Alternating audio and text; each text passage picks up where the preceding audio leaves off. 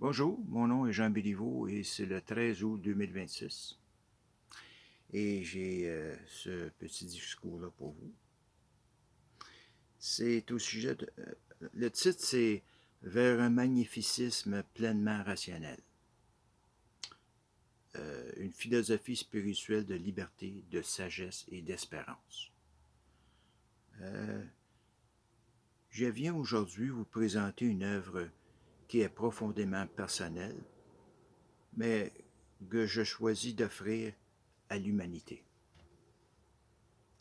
Je ne viens pas vous dire ce que l'humanité doit croire. Je viens vous dire, voici ce que je crois. Voici ce que j'ai cherché à comprendre. Et voici ce que j'en propose à l'humanité. Cette distinction est fondamentale. Une croyance véritablement libre ne peut pas être imposée. Une philosophie véritablement vivante doit pouvoir être questionnée. Et une spiritualité véritablement honnête doit pouvoir reconnaître ce qu'elle sait, ce qu'elle croit et ce qu'elle ne sait pas. Ma conception du divin. Dans ma propre croyance, mon Dieu est Zeus. C'est ma manière personnelle de présenter le divin et de comprendre Dieu. Mais cette croyance m'appartient. Un chrétien peut conserver sa foi en Jésus-Christ et en son Dieu. Et un musulman peut conserver sa foi. Un juif peut conserver la sienne. Une personne d'une autre tradition peut conserver sa propre conception du divin. Et une personne athée peut continuer à ne croire en aucun Dieu. Je peux proposer ma vision sans demander aux autres d'abandonner la leur. Le respect de la conscience de l'autre ne demande pas l'abandon de notre propre conscience. Le magnifique. Au cœur du magnificisme se trouve le magnifique. Pour moi, il représente la guidance, la sagesse, l'espérance et la possibilité pour l'être humain de devenir meilleur. Jean le Magnifique représente personnellement cette voie. Mais le magnifique peut aussi être compris comme un symbole, celui de l'être humain qui cherche à développer la sagesse plutôt que l'arrogance, la compassion plutôt que la cruauté et la responsabilité plutôt que la domination, et la liberté plutôt que la contrainte. Le but n'est pas de créer des personnes qui pensent comme moi. Le but est d'aider les personnes à mieux penser par elles-mêmes. Entre la nature et le divin. Dans ma conception symbolique, l'être humain se trouve entre deux grandes dimensions. Il y a la nature, la terre, la matière, le corps, la vie terrestre et l'expérience. Et il y a l'aspiration spirituelle, la lumière, le divin, le sens et le désir de passer et le désir de dépasser nos limites. Je présente symboliquement la nature comme une mère nourricière. Le Père représente le principe divin et le magnifique représente symboliquement le Fils qui cherche à réunir ces deux dimensions. Mais je précise encore une fois, il s'agit d'une représentation spirituelle et philosophique, pas d'une affirmation scientifique. Cette distinction permet à la spiritualité de conserver sa profondeur tout en demeurant honnête devant ce que nous ne devons, devant ce que nous ne pouvons pas démontrer. L'âme et l'au-delà. Que se passe-t-il après la mort?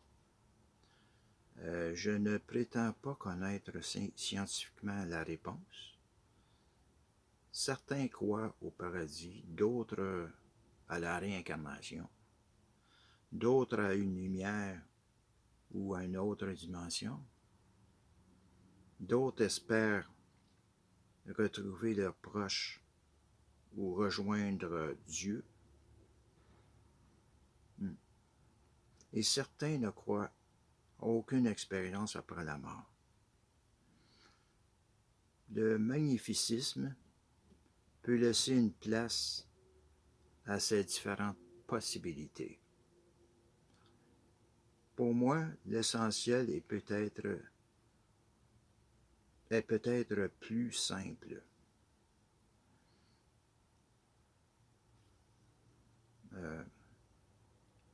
Vivons de telle manière que, quelle que soit la réalité qui nous attend après la mort, nous avons fait de notre mieux pour devenir meilleurs.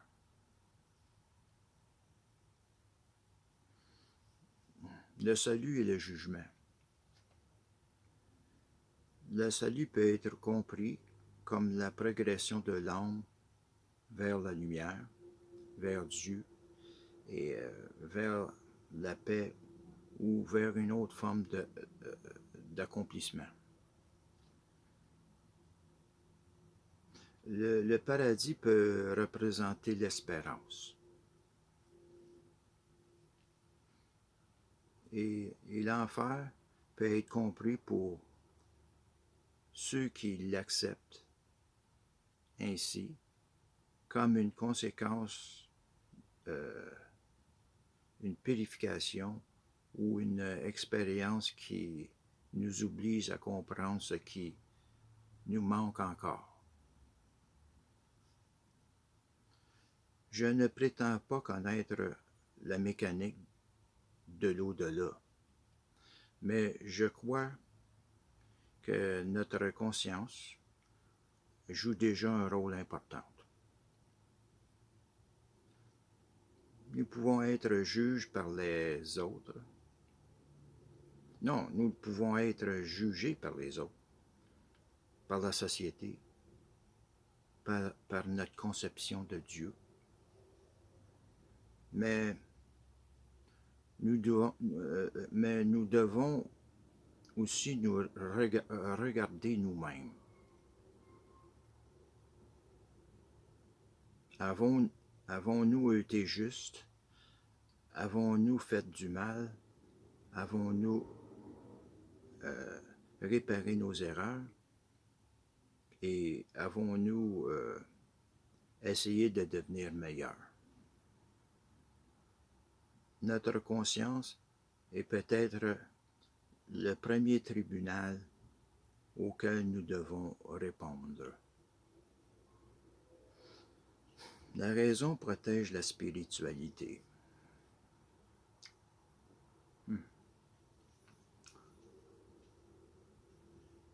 Je veux que le magnificisme demeure rationnel. Une expérience spirituelle peut être profondément réelle pour celui qui la vit sans devenir automatiquement une preuve scientifique pour tout le monde. Une intuition peut être extraordinaire sans être une démonstration. Une croyance, pour donner un sens à une vie, sans devenir une vérité universelle démontrée.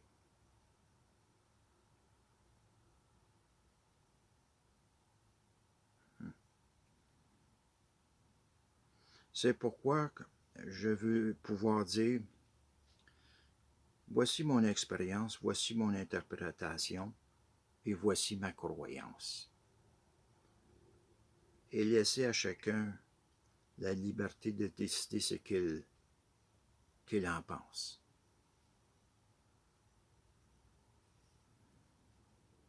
Même si certains de mes interprétations personnelles étaient un jour corrigées, mon œuvre pourrait continuer à avoir une valeur scientifique, morale et humaine. Une œuvre ouverte à la critique, une œuvre ouverte à la critique. Je ne veux pas d'une philosophie qui interdit les questions. Si quelqu'un découvre une erreur dans mon raisonnement, je dois pouvoir l'écouter. Si une idée peut être améliorée, elle doit pouvoir être améliorée. Si une affirmation est trop forte, elle doit pouvoir être nuancée.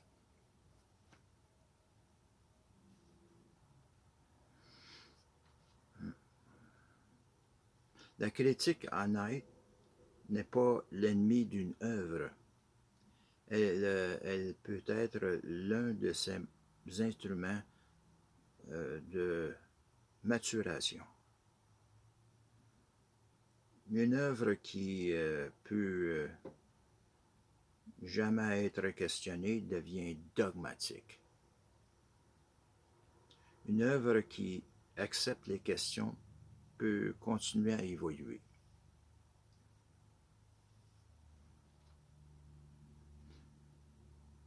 Le respect des autres. Je peux être fier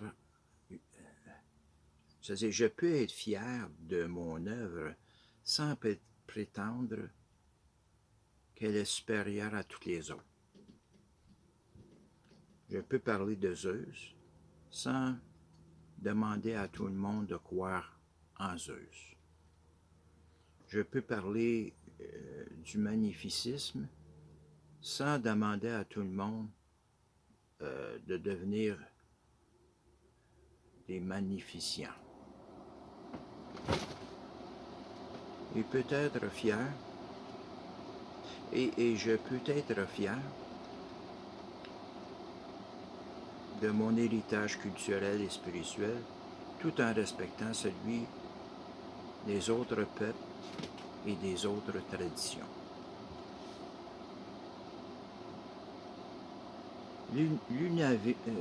L'universalité ne signifie pas l'uniformité. Une idée peut être offerte au monde sans demander au monde de devenir identique à celui qui l'a créé. La transmission de mon œuvre.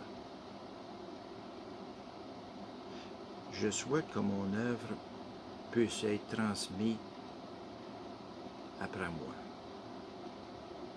Je souhaite qu'elle puisse être lue, étudiée, discutée, critiquée, améliorée si elle possède une valeur durable conservée par les générations futures. Je souhaite également que mon rôle d'auteur soit reconnu.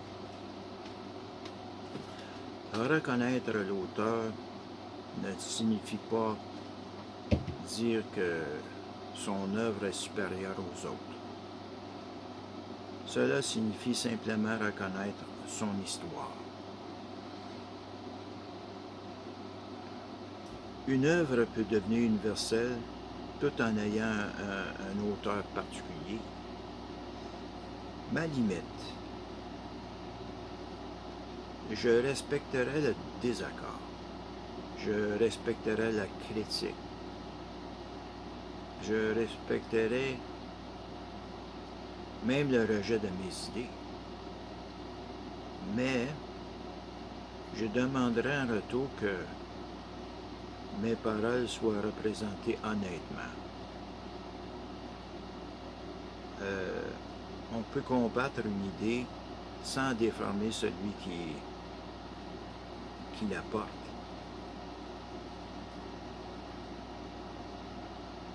Je répondrai donc aux arguments par des arguments. Je reconnaîtrai mes erreurs lorsque je les verrai et lorsque répondre ne servira plus à rien, je pourrais choisir le silence. Le silence n'est pas toujours une faiblesse. Elle peut être une forme de maîtrise.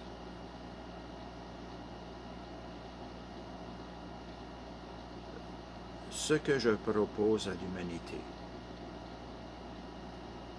Alors, qu'est-ce que je propose réellement? Je propose une spiritualité qui a accepté la raison, une foi qui accepte le doute, une philosophie qui accepte la critique, une vision qui respecte la diversité, une recherche du divin qui reconnaît l'incertitude et une conception de la grandeur humaine qui ne repose pas sur la domination des autres. Je ne demande pas à l'humanité de me croire aveuglément. Je lui demande de réfléchir.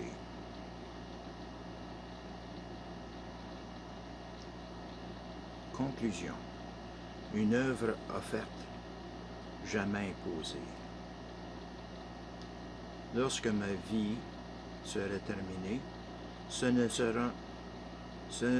seront plus mes paroles qui parleront directement. Ce seront mes œuvres. Certaines personnes les comprendront, d'autres les critiqueront. Certaines les accepteront, d'autres les rejetteront. Et c'est normal. Je ne peux pas demander l'avenir, je ne peux pas demander à l'avenir de penser exactement comme moi. Je peux seulement lui transmettre ce que j'ai cherché à comprendre.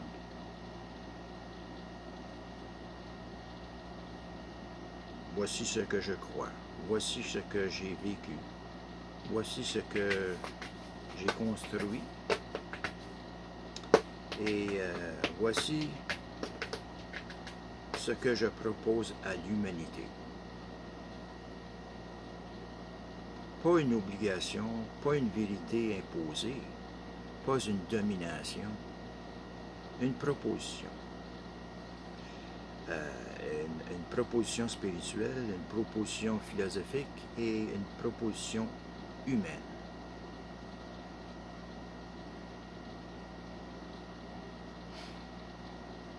Et si quelqu'un trouve dans cette œuvre une raison de devenir plus sage, plus libre, plus responsable, plus compatissant ou simplement plus conscient de son existence, alors elle aura déjà accompli quelque chose.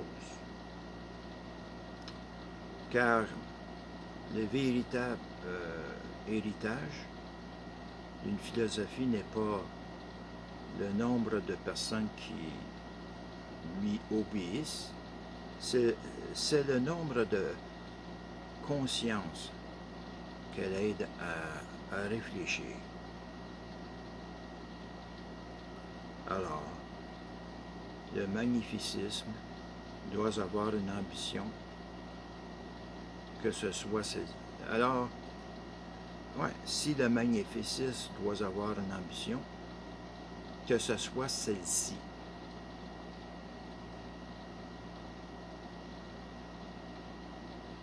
Ne pas créer des personnes qui pensent comme moi, mais contribuer à créer des personnes capables de penser par elles-mêmes.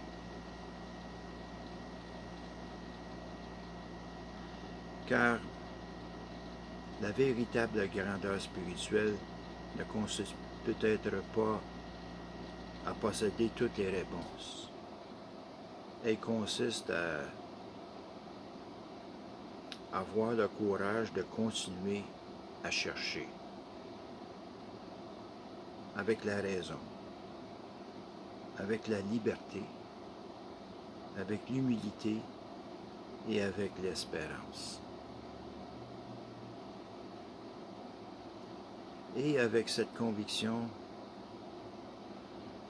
je propose mon chemin à l'humanité, mais je laisse à chaque être humain la liberté de choisir le sien.